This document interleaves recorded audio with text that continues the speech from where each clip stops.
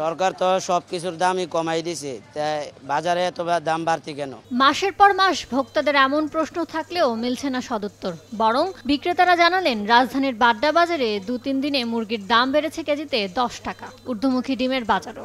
মুরগির দাম আজকে 180 টাকা বিক্রি হইতেছে। কয়েকদিন আগে আপনার 10 টাকা কেজিতে কম ছিল। ডিমের দাম বেশি, গত কিছুদিন আগে নিয়েছি 360 টাকা করে, 20 টাকাই বেশি প্রতি 30 পিসে। পরিবহন সহ বিভিন্ন সেক্টরে চাঁদাবাজি বন্ধের দাবি করার পরও কেন পণ্যের দাম কমছে না, সেই প্রশ্ন ঘুরছে ভোক্তার মাথায়। আমরা শুনতেছি যে বাজার নাকি কম হবে, দাম কম হবে, কিন্তু দেখতেছি বরাবর সেই আগের মতনই।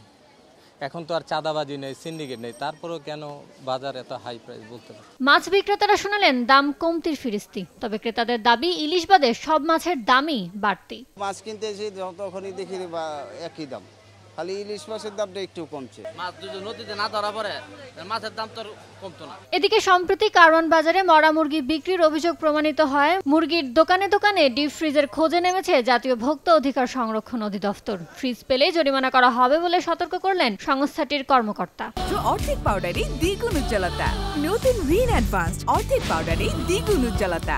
মারা গিয়েছে সে ধরনের মুরগি আমরা দেখতে পেয়েছি, ডিপ ফ্রিজে রাখা হয়েছে। কিন্তু যেহেতু মুরগি লাইভ বিক্রি করা হয়, ওজনও লাইভে দেওয়া হয়, সুতরাং এখানে তো ডিপ ফ্রিজ রাখার প্রশ্নই আসে না। যেহেতু এখানে ডিপ ফ্রিজের প্রয়োজনই নেই, কোনো মাংস কাটা মাংস তো এখানে সংরক্ষণ করার কোনো নিয়ম নেই। তো আমরা এই বাজারে মুরগির দোকানগুলোকে আমরা সচেতন করেছি। বাজারে আলুর কেজি ঠেকেছে 55 টাকায়, আর দেশি পেঁয়াজ বিক্রি হচ্ছে 110 থেকে 120 টাকায়। ইয়ানুর শিফাত, সময় সংবাদ, ঢাকা।